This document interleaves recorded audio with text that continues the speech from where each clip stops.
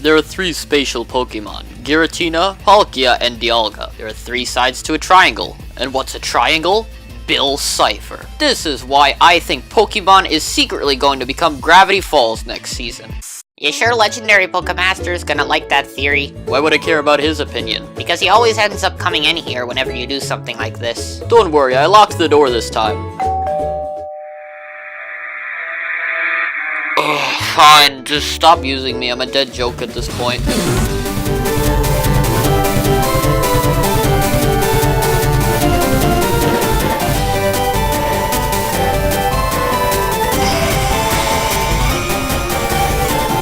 Hello and welcome, I'm the LegendaryPokéMaster, and today we are talking about 15 questionable Pokemon theories.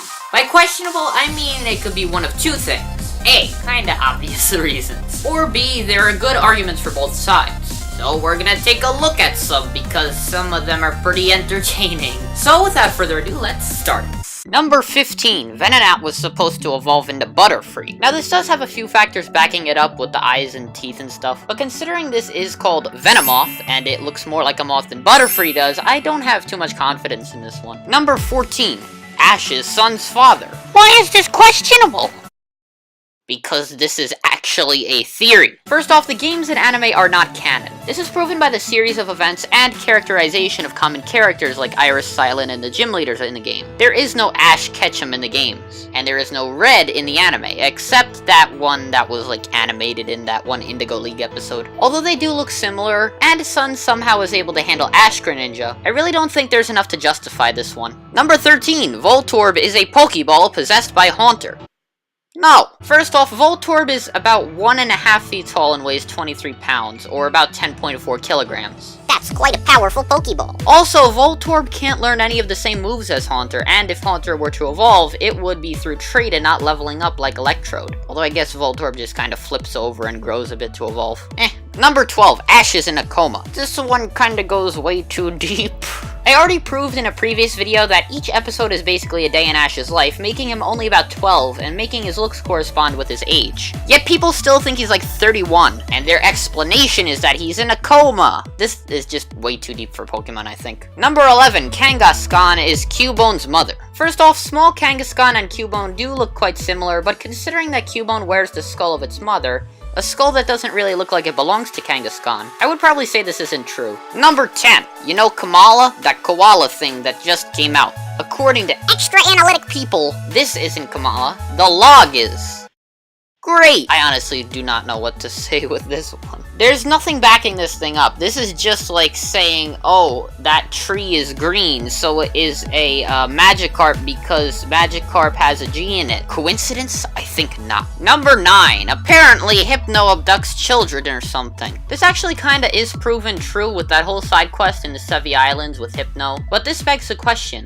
Why hasn't every Hypno tried to throw you into a basement? Maybe that's why the player doesn't age. He's just in a trance from a Hypno that you basically inevitably will run into. Number 8, Porygon caused seizures. Actually, it's kind of common knowledge by this point, but Pikachu was actually the one to cause flashing strobes that sent people to the hospital for epilepsy. That was in the episode of the Indigo League, which was the best anime. But you can't be messing with Pikachu or else you may just disappear. Number 7, Mimikyu is... wait, what?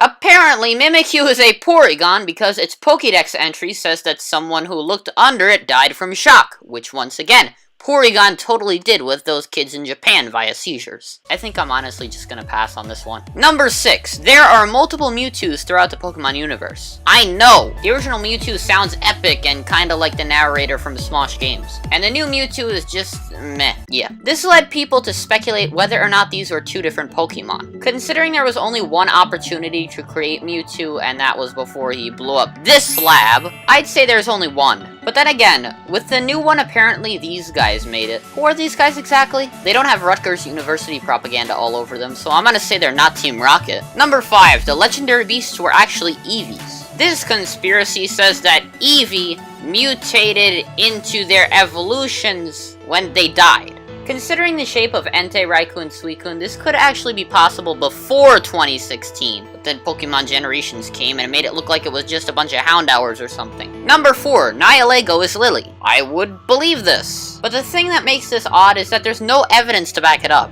Like, they look exactly the same, but you wouldn't be able to find anything else linking them. I think this was only supposed to be for the plot of the game. That's because it looks like Lily, who Lucamine disowned, and then she goes and cares for Nihilego in her place.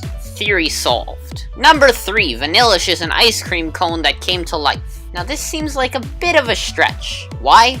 Because that usually does not happen. I think a much more likely probability is that Vanillish came first and that the ice cream cones were based off of it. The ice cream cones shown in the black and white anime even have Vanillish's face on them, so yeah. Number 2, Zygarde 10% form could also be apparently Entei, Raikou, and Suicune. I never realized this before, so thanks Reddit. It actually seems true based on the size and shape of their silhouettes as shown in the Pokemon Generations anime. But the resurrection took place in Johto, and isn't Zygarde the guardian of goings-on in Kalos? Number 1, the one that is so epic and you've been waiting for. Koffing and Weating are apparently experiments done by Team Rocket. I could actually see this being a thing, considering Team Rocket are really the only ones who use them, and this does not generally seem natural here. Also, Team Rocket seems to always be experimenting or something, so yeah, I'll approve.